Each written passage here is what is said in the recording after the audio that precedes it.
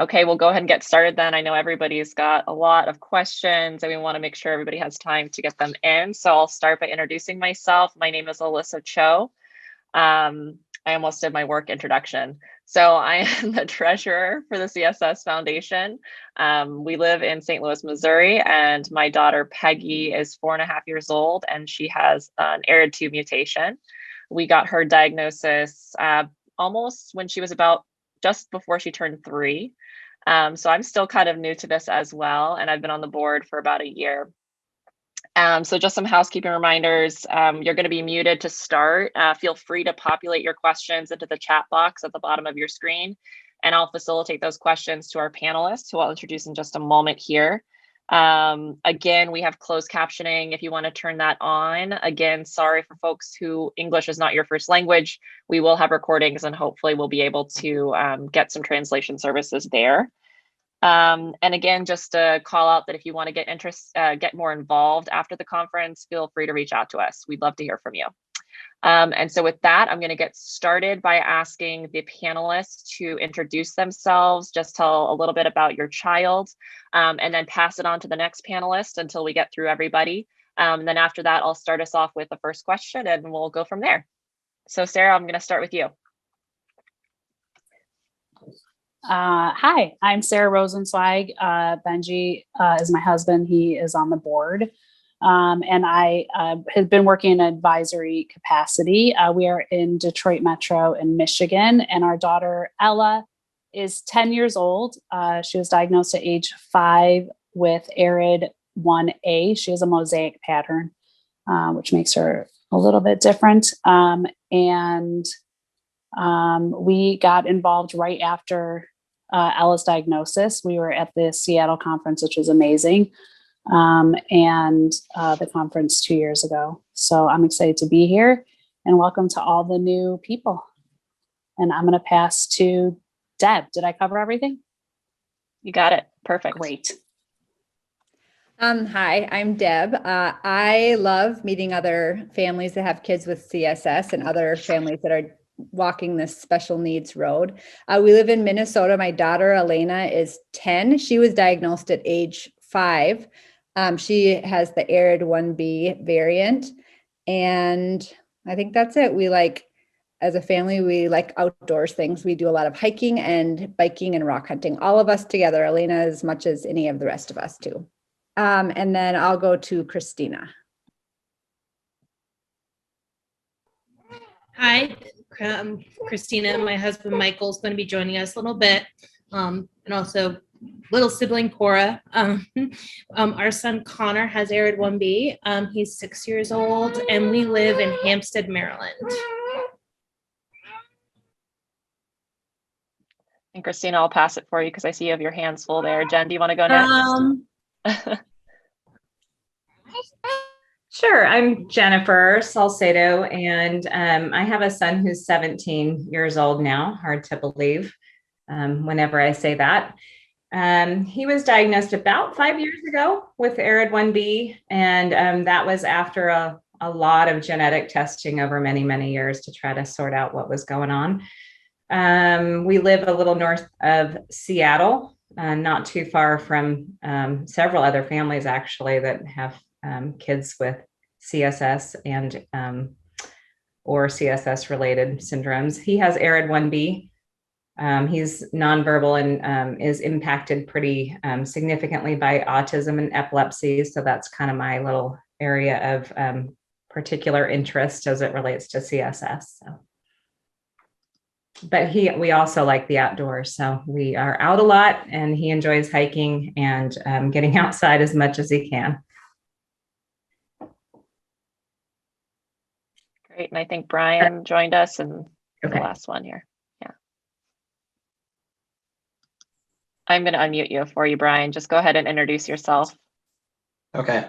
I'm Brian Johansson. My family and I, we live in Salt Lake City, Utah. I've got an 8-year-old son that has the ARID 1B variant.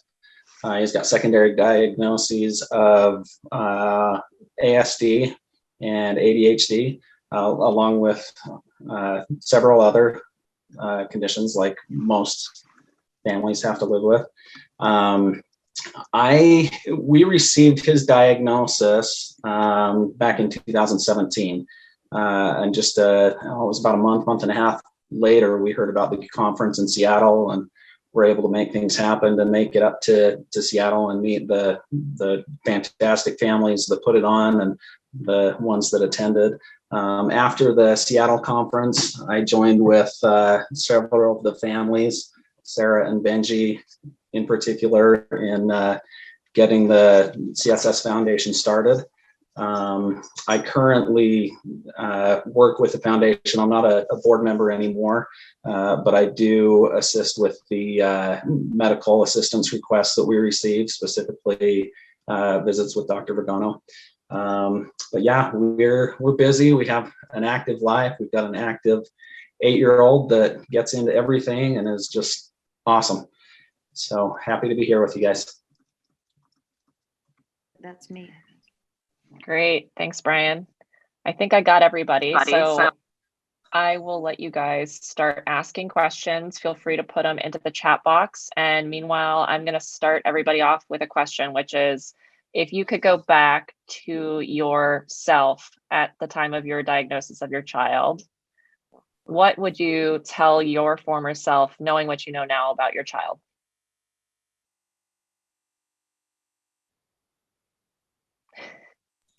Any of you could go first.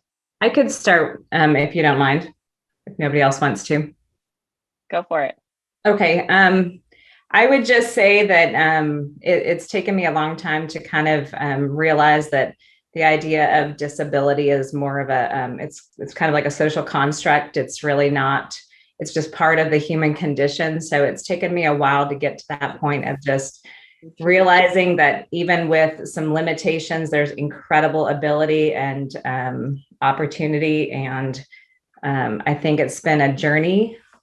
And I think you just have to meet your kids where they are. That's, and they're going to be in different places at different times, and things that you're really concerned about early on may not be things you're concerned about later. And I think that's just kind of keeping those, you know, not getting too wrapped up in the small things, and just kind of, I want to say, accepting your kids for who they are. I don't know how else to say that. Maybe I shouldn't have gone first, but that's essentially what, you know, it's taken me a long time to get to that point.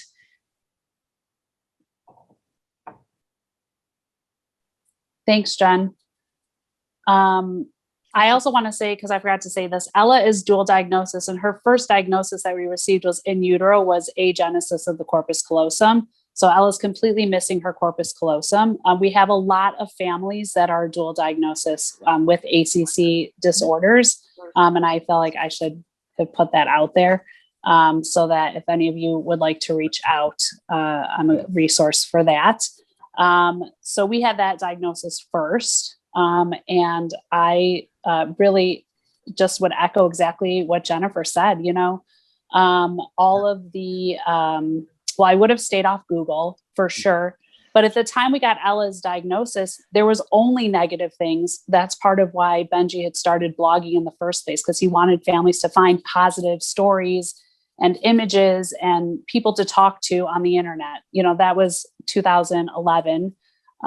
You know, by the time we got Ella's diagnosis of Coffin-Siris, there was already online communities. And I'm so happy that I got engaged in those communities and with the families, because that's been the lifesaver. You know, learning to do exactly what Jennifer said, meet her where she's at, not worry about what's happening today, and just staying as present as possible, enjoying every single moment. Because it's so easy to get wrapped up in everything that's happening, especially if you had a rocky beginning like we did. We spent a lot of time in the hospital, you know, we spent a lot of time surgeries and specialists, you know, and all that stuff. And it's easy to let it suck the joy out. But our kids are just amazing and joyful and so incredible. And I wish I would have spent more time on that and less time in fear. So. I had actually written down something similar in preparation. I would tell myself that to slow down when you can. I was so laser focused on kind of giving her everything that I could. I was always thinking like, where are we and what's the next thing? And just therapies and just trying anything and everything and medicine and this and that. And I think somewhere inside I thought, if I just work hard enough, I can beat this thing. And really, I knew I couldn't, but that was kind of how I think I felt inside. Like if I did enough work, then we were going to be somewhere different than we were. And I think like it is what it is. And it's really hard to see that, you know, when you're first in that beginning phase, and that's okay. That's part of the process. But I think that just slowing down. And the other thing I would say is that if something is actually working, just enjoy it. Don't push to the next thing. The specific example for us was feeding. We have had it, like a lot of us, just a terrible feeding journey. And like I was always, mealtimes were miserable. So I think we found like she still only eats like 5 foods. And finally, we eat those 5 foods and that's it. And I'm just like done with trying all this stuff. Not that we won't go back to it, but mealtimes are fine. She's able to get what she needs, even if she eats the same food every single day. So just if something's working, don't rush to change it. Just like sit there and enjoy it for a little bit.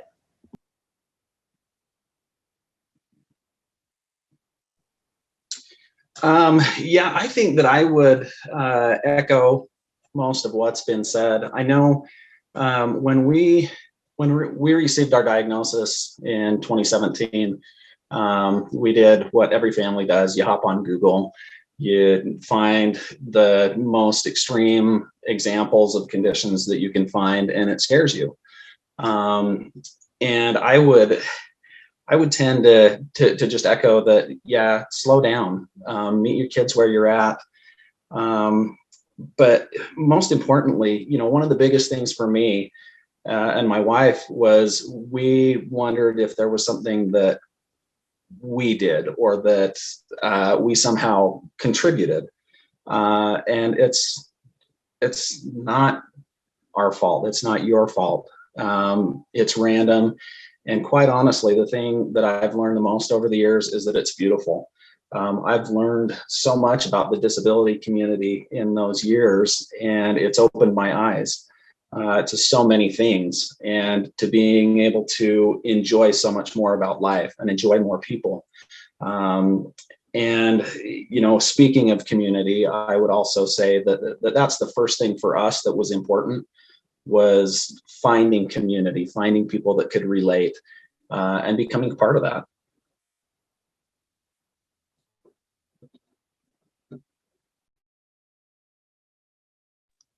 Christina, did you want to share anything? I would also say that one thing I would tell myself is that there's going to be a time where you're not going to a new specialist every 2 days. Because I remember it was the specialist would multiply. Like you would go to one specialist, you would go to the cardiologist, and then you had to go to the ENT, and then you would go to the ENT, and then you would have to go to the neurodevelopmental pediatrician, and it was just specialist upon specialist upon specialist. And it has significantly slowed down since Connor has gotten older and he's had some of his surgeries done, his heart repair, and his strabismus repair. So just that it gets better as far as being so overwhelmed by all those doctor's appointments. Because I think when we first found out, like it was definitely like, for me, it was like for a while, like my brain just couldn't process it. And it was just like an overwhelming amount of information. And I was just kind of like going through all these specialists and almost like going through the motions, and didn't even get a chance to really like let myself feel and experience what was going on, because there's just so much. That's great. I hear a lot of takeaways of trying to slow down and enjoy your child, which I think is a great message for all of us as parents, regardless of abilities. That's something that we should all take a minute to do. And I got that in some of the messages as well. One of the questions we have in the chat is related to Dr. Vergano. And if you guys have had a visit with her, what do you see as being the benefits of that over the visit with your diagnosing geneticist?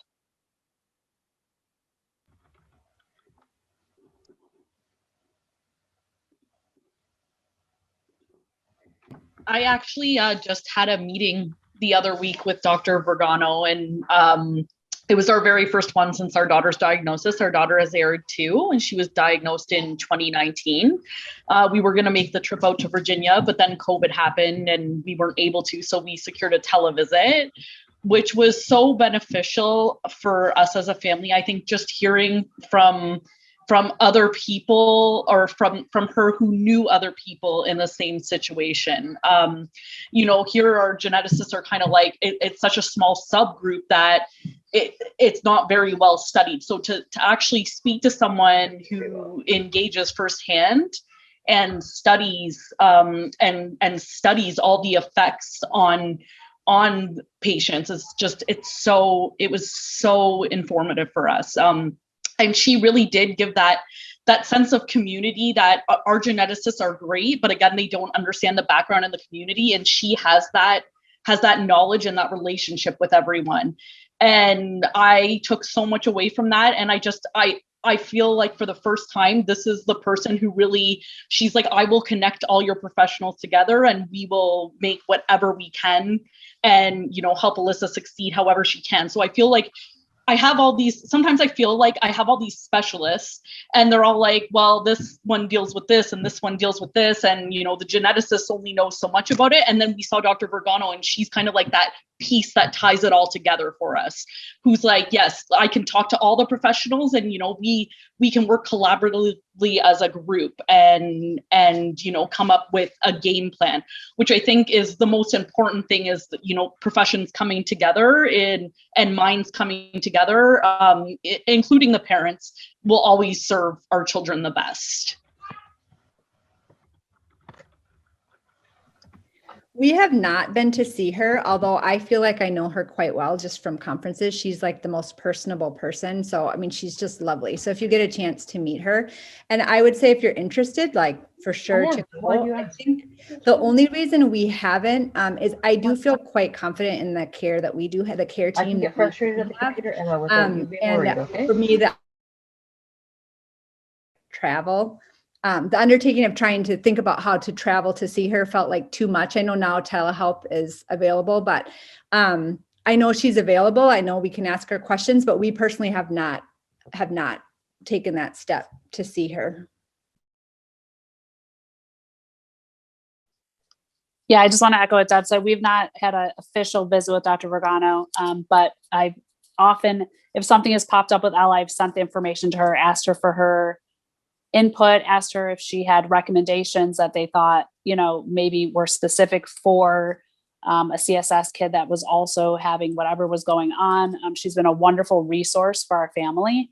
And I know for so many families, and we also have an amazing team here. We have one of the best hospitals in the country. So, care for us is not an issue, but I definitely tap into her for things that are specific to Coffin-Siris, and also to make sure that she understands the things that come up with Ella, because I think it's important, like, they talked about that registry earlier. And I know Dr. Vergano is going to talk about it, but the more information we give them for the research, the more we can tell other parents what to look for when their kids, are coming up, the defects that happen to be, specifically for our children, which, usually have to do with these midline things like hearts and brains and, kidneys and stuff like that. So I think it's important information to have. And I always connect with her if we have something new that pops up for Ella, so that we are keeping that within our community. That's great. Another kind of question related to this came in, which I'll just answer, which is related to when is the best time to go to Dr. V? And I think it's really just, what kind of support are you looking for? Anytime would be great. We saw her after we got our diagnosis. We were living in Hawaii and we had very little support. So I think it's just helpful to get kind of a professional perspective that has also a personal relationship with the community. I'd also just make a pitch that if it's a financial need for your family, you can reach out to the foundation, and we do support some medical scholarships. So I'd encourage you to do that. We have another question, which is related to multiple diagnoses. So children that have, yes, I think a lot of children have multiple diagnoses. And some of the questions are related to how these challenges kind of overlap and make for prediction of future potential, especially, looking at your child as a baby versus going into their future development. Sarah, do you want to start? I think you probably might be a good fit for this one. Sure. It's funny because we had to take Ellen to the ER last week and they were like, can you tell us her medical history? And I was like, you're going to have to be more specific.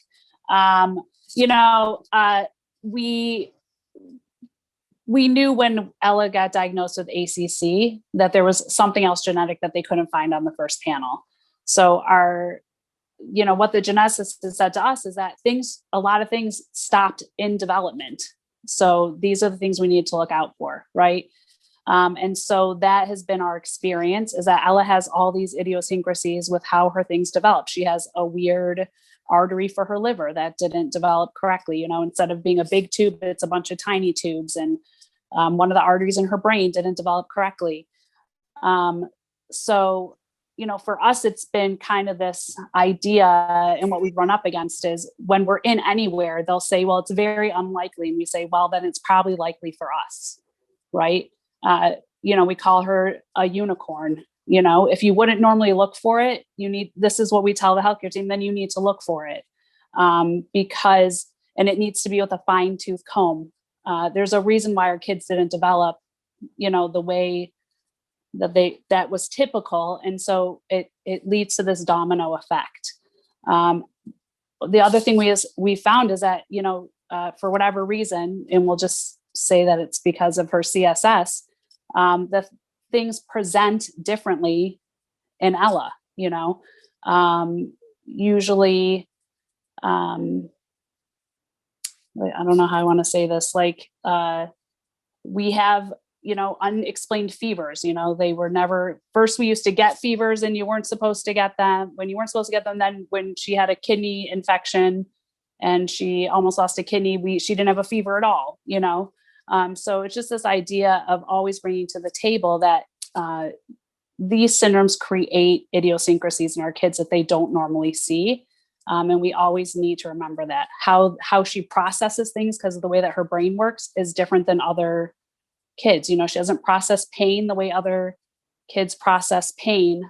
These are all things we need to take into consideration. It just makes us have to be better investigators, I think, is really and always to remember that her behavior, we've seen, and I've heard this from lots of special parents, her behavior is communication, right? So if she's normally this extremely exuberant and happy person, when she gets quiet, we're immediately like, what's going on, and just to remember that and pay attention to it, I guess.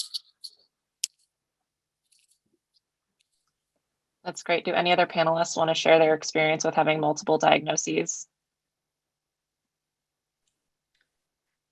I mean, I could jump in a little bit. My son's 17, and when he was younger, we started with knowing there was something wrong with his corpus callosum. He was a floppier baby than his sisters were, and he was delayed in sitting up and didn't walk till he was almost 2.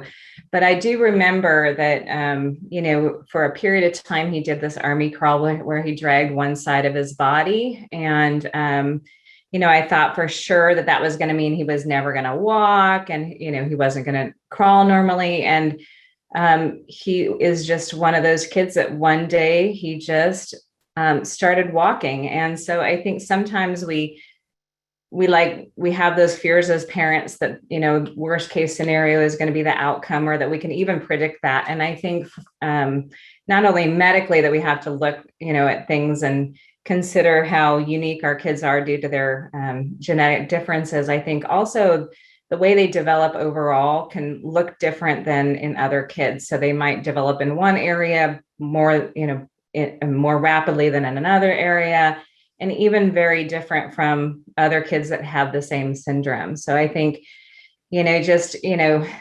keep working at things, but, I think sometimes just don't think that your kid is going to be limited just because maybe right now they have a barrier that they're facing, or maybe right now something's difficult. I think just keep the goal, positive attitude. And I think a lot of our kids surprise us, and they do it in a way that's kind of just all of a sudden.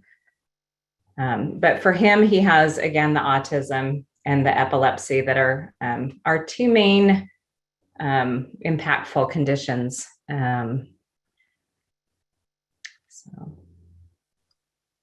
Great, thanks for sharing. I'll move on to the next question. There's several questions around siblings. So those of you that have multiple children, one question is related to communication to older children of the younger child's diagnosis. And the other question relates to children that have CSS responding to new babies, younger siblings. So I see Christina and Michael laughing over there too, but yeah, Brian, go ahead. So I can't speak to having younger children, younger than my CSS son. We've got 2 kids. My son is the youngest. There's about a 6-year age difference between the 2 of them. But I can say, as far as communicating diagnoses with the older siblings, we've been very, very open with our daughter. There's not much that we don't share with her. And, you know, that may be to a fault, because I know that she loves her brother. She worries about him almost as much, and sometimes even more so than we as parents do. But we've been very, very open with her. I think personally that's important. You know, I believe a lot in what's the word I'm looking for? Inclusion. And I think that's just a part of it. You know, obviously if there was something really, really scary, we may not be immediately forthcoming. And I would definitely suggest that, you know, maybe not share some of those details if it's not appropriate. But yeah, I think it's important to just let the siblings be involved. I mean, we take our daughter to appointments when we can. We let her participate. When she was younger, she did a lot, participated in his therapies a lot. And I think personally, it's just made her a better person, as well as her friends that she brings around. Seeing how she interacts with our son has rubbed off on them. And I think it's just a greater picture of inclusion and acceptance that is important to have. I can say something. So our oldest has CSS, so she's 10, and then we have an 8-year-old boy. I would say for us, this has been the first year, like as he's age 8, where he really notices things and asks questions. We've talked about Coffin-Siris syndrome, like it's a regular word in our house. We've never like kind of made it something that we don't talk about. It's just kind of always been there for as long as he knows. It's kind of just, my sister has this, and he'll use that at parks if people have questions.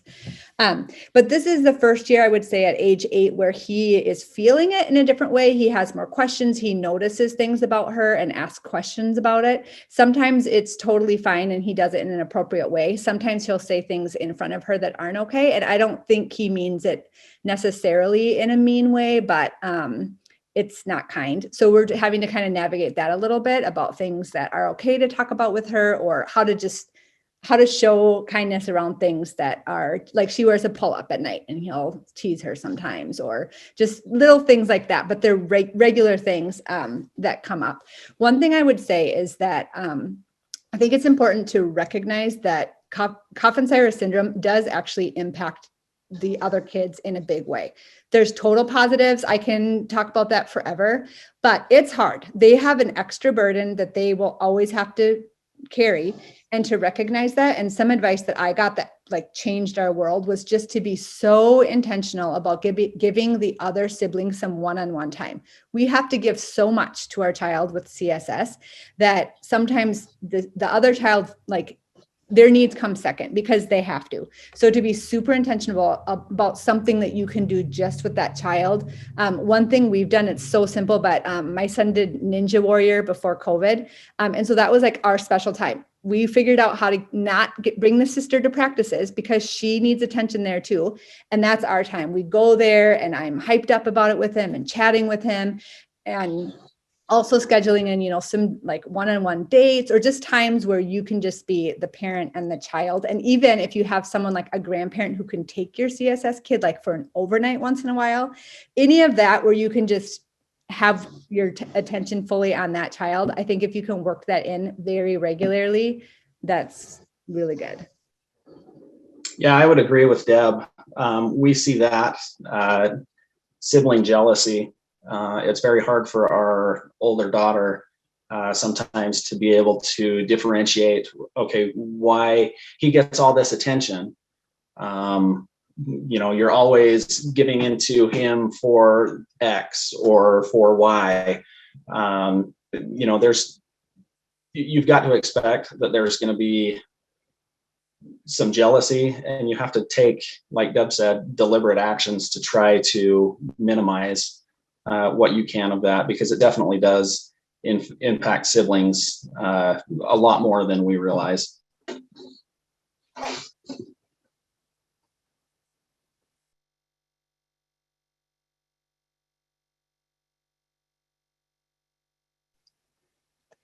I don't know what happened to Michael and Christina. I wanted to hear their feedback because I saw them laughing at that when that question came up. So we'll wait for them to come back on. There's another related question, sort of, which is, how do you explain CSS to your child with CSS?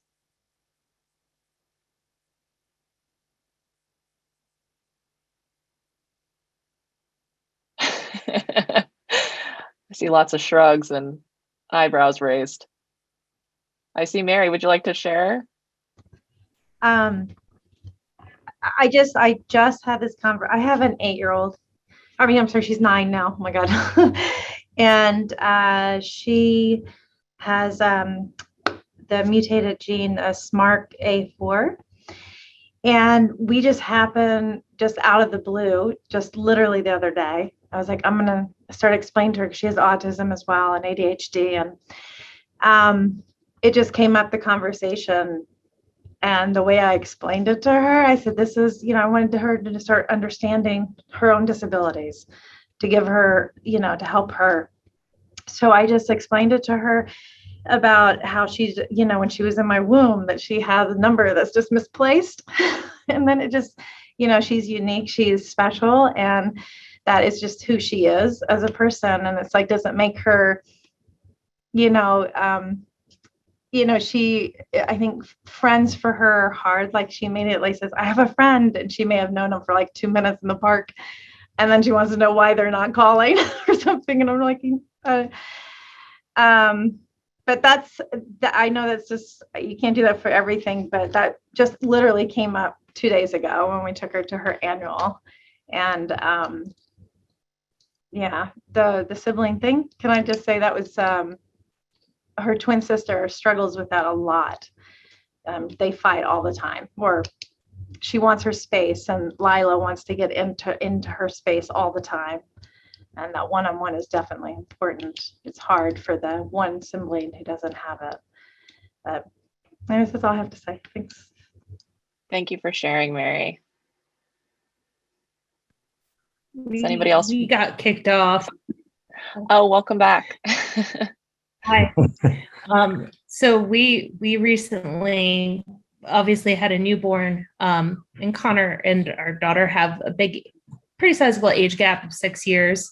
And I think that one of the things I noticed is that it was his reaction in a lot of ways, and the emotions they had were very typical for an older sibling who just had a baby sibling from being an only child. When we brought the baby home, he took those little sticky things out of his communication book that said, I don't like this and something's wrong, when I was holding the baby, and brought them over to me. He had never used those before. And he had never used those before. So we didn't even teach him how to use those, really. Yeah, they were working with him in school, and he was just like, oh, we were working on like 6 or 7. And he decided that these were the ones that he had to tell us something. And his mood changed at first, but over the last, she's 4 months old now. And our pediatrician said, as soon as she starts smiling, noticing him, And they've started playing together recently. Connor still is just Connor. He likes to do his own thing, whether it's spinning books on the floor.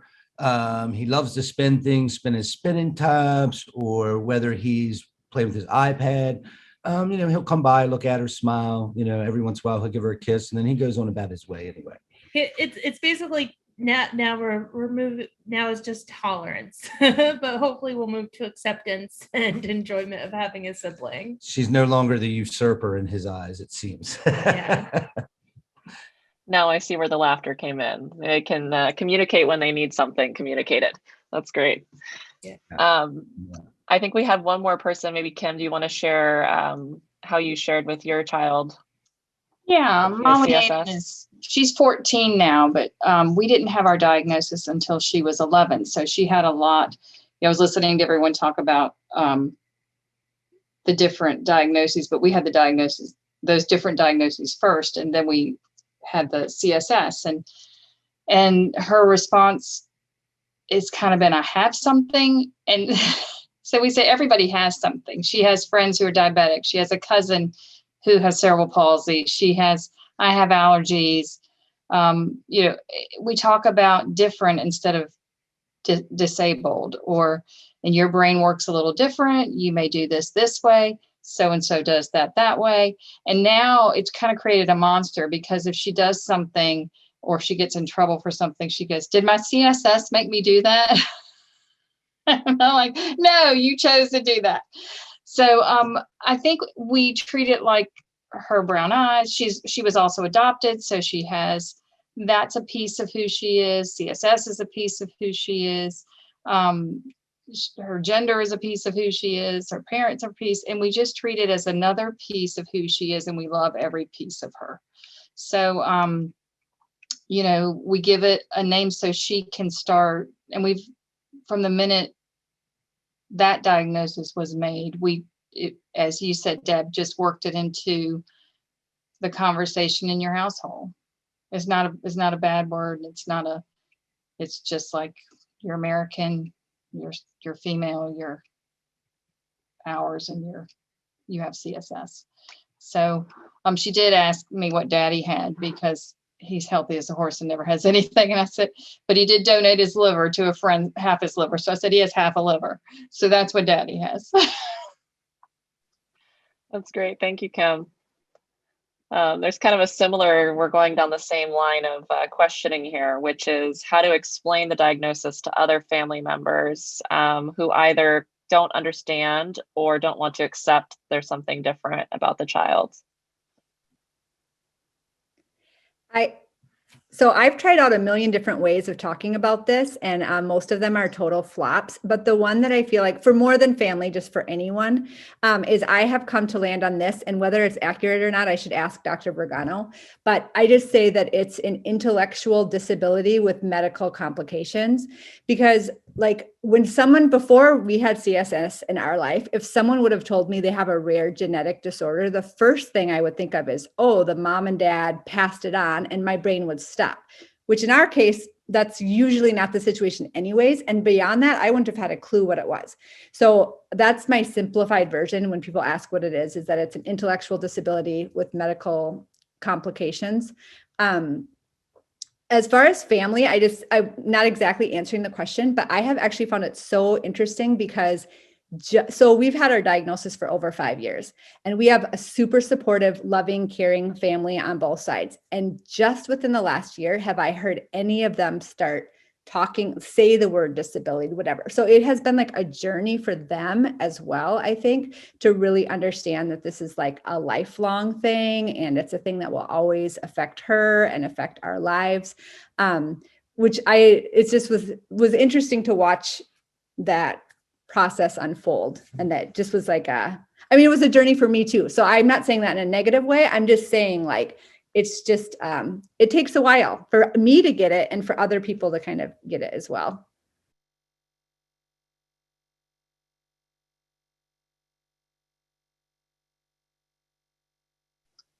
Anybody else want to share their elevator pitch that they use?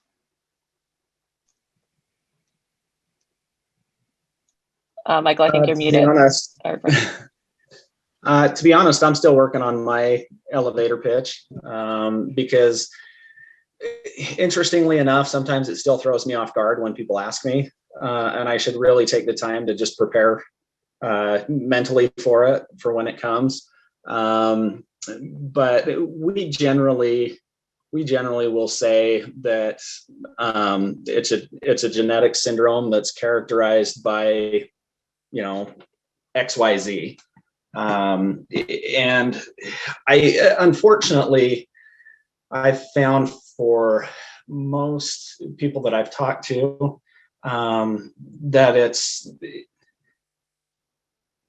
it's kind of shallow. They're questioning that if it tends to get too involved, they don't really want to know. And that may just be my experience.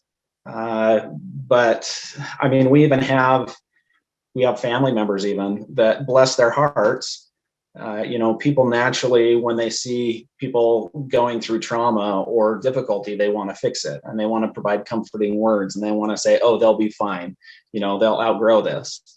And I think people don't realize that those are can be incredibly hurtful to individuals and families because they're not accurate. And honestly,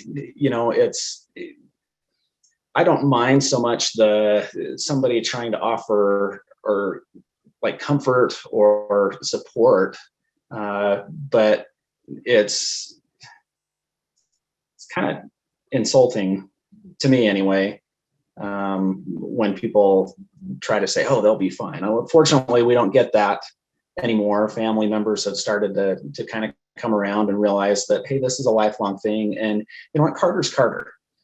Like, he is everybody's best friend. And, in his eyes and in theirs, you can't meet Carter and not absolutely love him. He's just that great kid. So yeah, I guess moral of the story is I need to work on my elevator approach and be more prepared with that. But if you have good ideas, let me know. Well, I'm surprised, Brian, someone in the chat mentioned the CSS Foundation website, which is a great resource for folks who haven't used it. We do have a FAQ sheet that's on there, and I personally use that to share with new teachers, therapists, doctors even. It can be helpful there. We have another question in here, which I think will be helpful for you folks that have kids of all age ranges, which is related to schooling and education. It's kind of related to the concept of integration and how inclusion services and how far you push your child and mainstreaming them into a gen ed classroom and what has been your experience there. And just for the person that asked that question, we also have an IEP session on Sunday. So if anybody's really interested in this topic, we have a whole hour long with a professional there. So yeah, if you guys want to share a little bit about that. I can share if nobody else wants to take a swing. So Ella's 10. She started school at 2.5 doing early on, which is basically therapy. And so I pushed for her to start school at 3 because I felt like she needed to be with socially, at the time we thought she only had the agenesis, and we were told it's really important social scaffolding and all this stuff. And we knew she could handle it. So we pushed. And I remember the social worker for the program saying something to the effect of at the school, like, does mom know what's going on? And I was like, yeah, mom knows what's going on, and mom knows her kid, and mom knows that she can handle it. We're our kid's best advocate.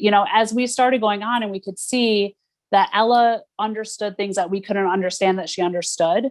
And I remember one of her very early speech pathologists saying something to the effect of just keep mapping everything in because it's all in there and eventually it's going to come out. And this relates to, I think, quite a few things we've talked about already, which is Ella knows a lot and I don't know what Ella knows, but she finds a way to make it known. And she has figured out a way to be a very effective communicator, even though she has extremely delayed expressive speech. She has created her own signs. She has created her own way to use apps to talk, pictures to talk. She's amazing. So in school, when we started seeing that, even though she was far behind her peers in terms of age appropriate play and understanding of school topics, socially, she loves to be with other people. So I never pushed for her to be inclusion in her gen ed classes for school-based kind of learning, because I don't think that's the best environment for her. But she does go into gen ed and always has, for social-based things like morning circle and story time and things like that. And she enjoys that, and her peers really enjoy that. It's been a very positive experience for us so far. She's still little. And I remember also just being surprised sometimes. I remember the first school concert I went to, and I was like, I didn't want to go. I thought it was going to be like a day at the park where I just go there and I just feel like anxious, and then I feel behind, and like everyone's looking at my kid, and I'm taking it all very personally. And I came, and Ella walked with her class, with her para far behind her, and with her peers. And, her para was like tucked down the side, and they had her on the side, but she stood up there with her class the entire time. She just like blew me away with her ability to like suddenly in this moment just be very present and very one among many, and our kids always surprise us. So, my rule for Ella is my rule for both of my kids, which is that I expect the best that they can do. And I always want to leave room to be surprised. And I always give Ella the chance, and, constantly re-gauging where she's at, because she's always changing and growing.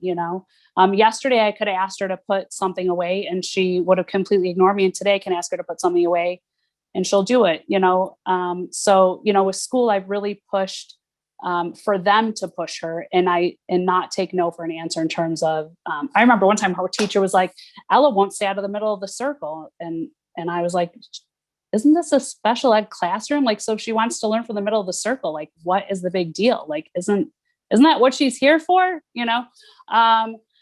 So just these interesting conversations and like seeing where the teachers are at. And, in kindergarten, we found out that was not a very good classroom for her. They did not appreciate her. I can't imagine a human being like who could not appreciate my kid. She's very much like a Connor, or Carter. They're like amazing kids. They're fun. They're engaging, and this teacher did not appreciate her. And I got her out of that classroom, because she doesn't need that kind of negativity.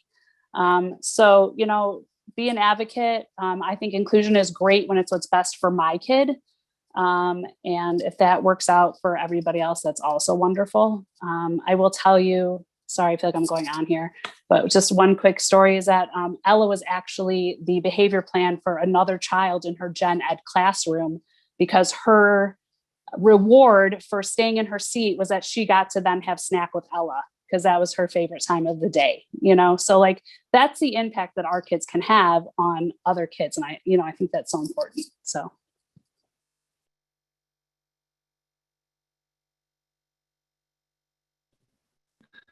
I really think that with impact, like Connor, we had such a great support system when Connor was born. And since he's been in school, we're very fortunate that we live in Maryland and we had Johns Hopkins and Kennedy Krieger available, because they had a lot of information for us right from the beginning about CSS. So we started immersing ourselves in it, and then our families started immersing themselves in it. And pretty much all of our friends, it kind of just went out like a ripple, because like I said, Connor, all of our kids are just so lovable. They really love being around groups of people. We would have parties before the pandemic or cookouts. Connor just loved being with his family. And we've had a pretty good experience at school. He went to a special needs school probably for about a year, and then they transferred him to a mixed class. And I was a little worried at first, but Connor really, really turned out to be great in the class with his classmates. The children really included him. They kind of asked questions when anybody asks a question, like what's wrong with Connor, and it's kind of tell them nothing's wrong with him. He works a little differently than you. And inclusion hasn't been, it seems like other kids, and he's only 6, but they've been really, really great with him. And have really pulled him in at the end of the day. They love to see Connor. They love to see him at circle time. So we've had a pretty good experience, but there's a lot of negative experiences I had too, with people asking what's wrong. I found, like you, Brian, I found that some people didn't really want to hear an in-depth. So I made little cards up with the National Organization of Rare Diseases website on it, and would hand it to them, say, if you really want to know, read into this, and have CSS, Coffin-Siris syndrome. And that was a lot of information that was available before the CSS Foundation got started up. So, it was kind of good. And that's what I do. I give people cards if they ask me, and they seem like that way. You don't have to deal with that, because you take it personal, and it irritates you that someone would ask you a question and then not really want to hear the full answer.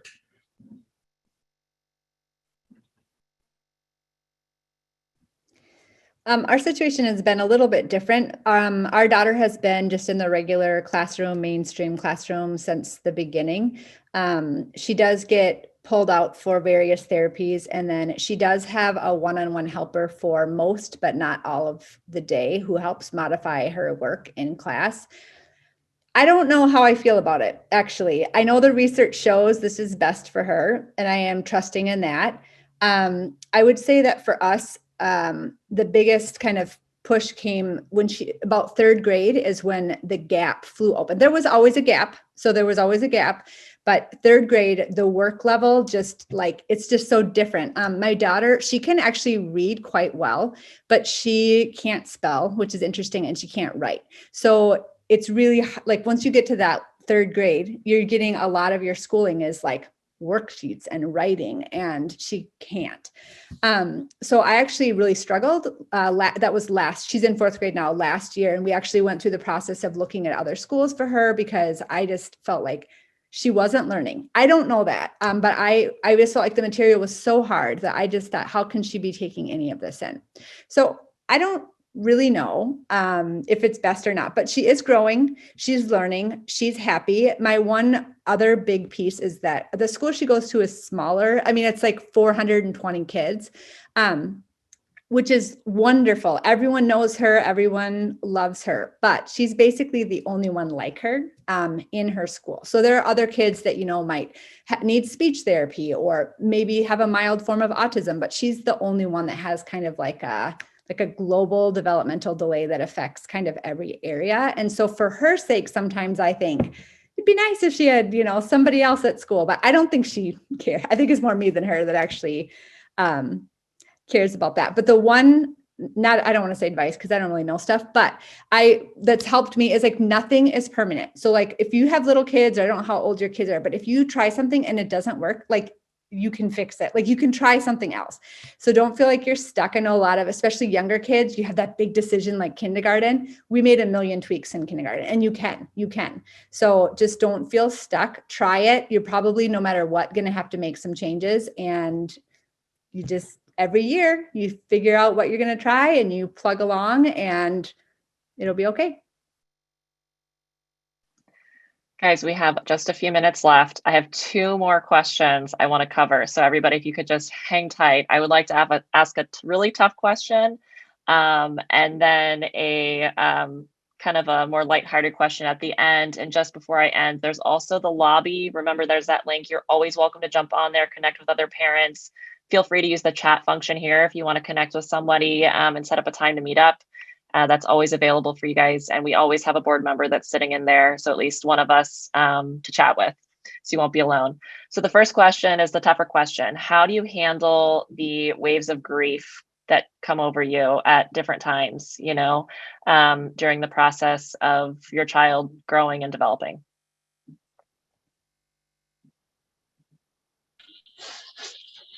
If I could,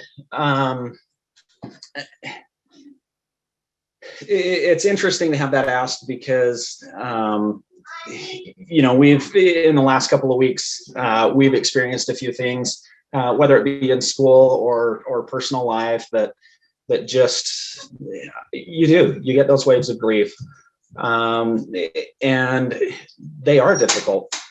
to deal with. It's difficult to know how to respond or move forward. You know, I personally just, my wife and I, we let them happen and realize that they're going to happen. And that's okay. Like, that is, none of us anticipated any of what is going on. You know, it doesn't make our lives good, bad, or anything. You know, it is what it is. And I would argue that, you know, it is better. It's different, but it's better. When my wife and I had our first child, you know, it was great being single, just, you know, the two of us. In our area, they call them dinks, dual income, no children. You can do what you want. And, you know, that was great. You think life is good. And then you have a child, and it's like all these new things come up and all these new challenges have to be faced.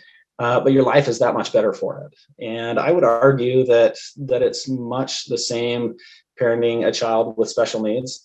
It's different. It's not what we expected. It's hard. But it's also, in my opinion, it's beautiful. So yeah, accept that there's going to be grief. Don't linger in it. If you linger in it, then it may be appropriate to seek some professional help to help deal with that, because you know, life is meant to be enjoyed. And just because there's a different challenge thrown than what you expected, there's still joy to be had. Can I respond also, just to add in there? I think it's really important to get like a circle of people you can like connect with when, you know, you have those really terrible days, that people that can relate to your struggles, whether it's, you know, kids with CSS, you know, specifically, or just disabilities specifically, because those are the, like, those groups and those friendships are the ones that are going to get you through those moments. And I also think you have to take care of yourself. I mean, I've been doing this with a disabled child for 17 years, and I've been a mom for much longer than that. But I think, you know, when you get really wrapped up in the needs and the focus on that exclusively, you can let, you know, your own needs go. And I think you have to, you know, devote specific time and learn to do that so that you're getting some of your own needs met, and your, you know, whatever your outlet is, you know, and you're able to devote some time to kind of enjoying things that are just for you. I think you've got to make time for that. And that took me a long time to get there, to be able to do that. And I think it's really important. I think I want to say, if there's anyone new here, just to know that you're not always going to be so sad.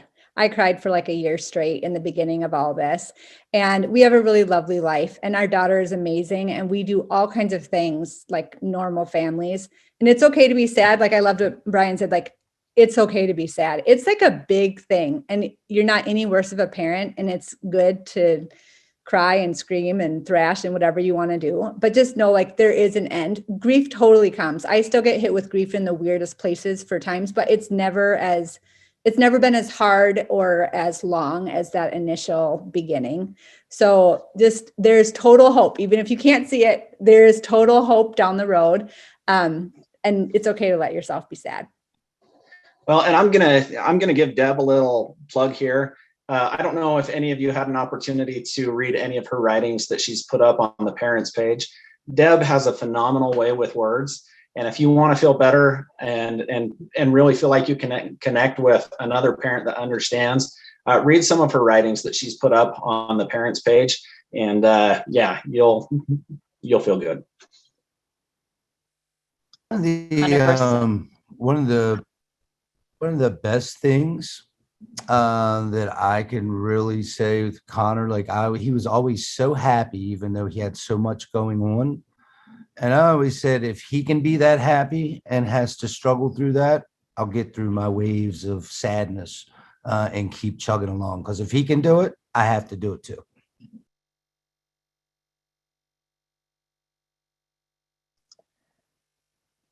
Great. I think I want to end on this note, which is another question from a parent. if you're willing to share, what is a strength that your child has today that you want to share with the group? Resilient. I would say our son is resilient, and he's also really charismatic. Like, he's always been called the mayor of the school because he just goes around and visits everyone. And now they call him like the school's Matt Damon. Little Matt Damon. And he captures, just like all of our children do. Not only do they capture our hearts, but when they meet other people, they, like when my mom and dad, my dad's a retired pastor in the church. They explain things. Church members kept them in a prayer group. People Connor didn't even know were sending us cards, just so supportive because they saw pictures of that big smile. And it might have been right after his heart surgery, but he always said that the resilience of our children is amazing, and their charisma. I would second that. I don't know if it's a CSS thing or not, but my son, he embodies joy.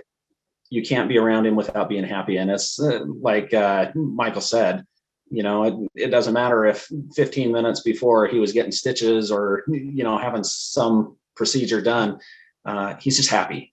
He's happy, and it can't help but rub off onto you and to others. And I'll just say, my son will try again. He gets up every day, willing to face the day in the world, no matter, what has been difficult the day before or even that day. So persistent, driven kid. I would say compassionate. She's always, if anybody is struggling, she notices and she does something about it. And it's the sweetest thing. Sarah, are you there?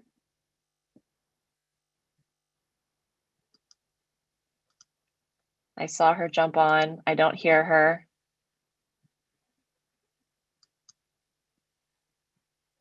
We'll let Sarah jump in if she finds something. But in the meantime, thank you guys all so much for joining us. I look forward to seeing moms on the mom session tonight. It starts in an hour, so there's a little time to eat and I don't know, try and put your kids somewhere else for a little bit so you can go have some mom time with us. Thank you guys again for joining. Again, just a reminder to join the lobby session if you ever just want to connect with other parents and families. And yeah, we hope you guys have a great rest of your weekend. Thanks for joining us. Bye, everybody.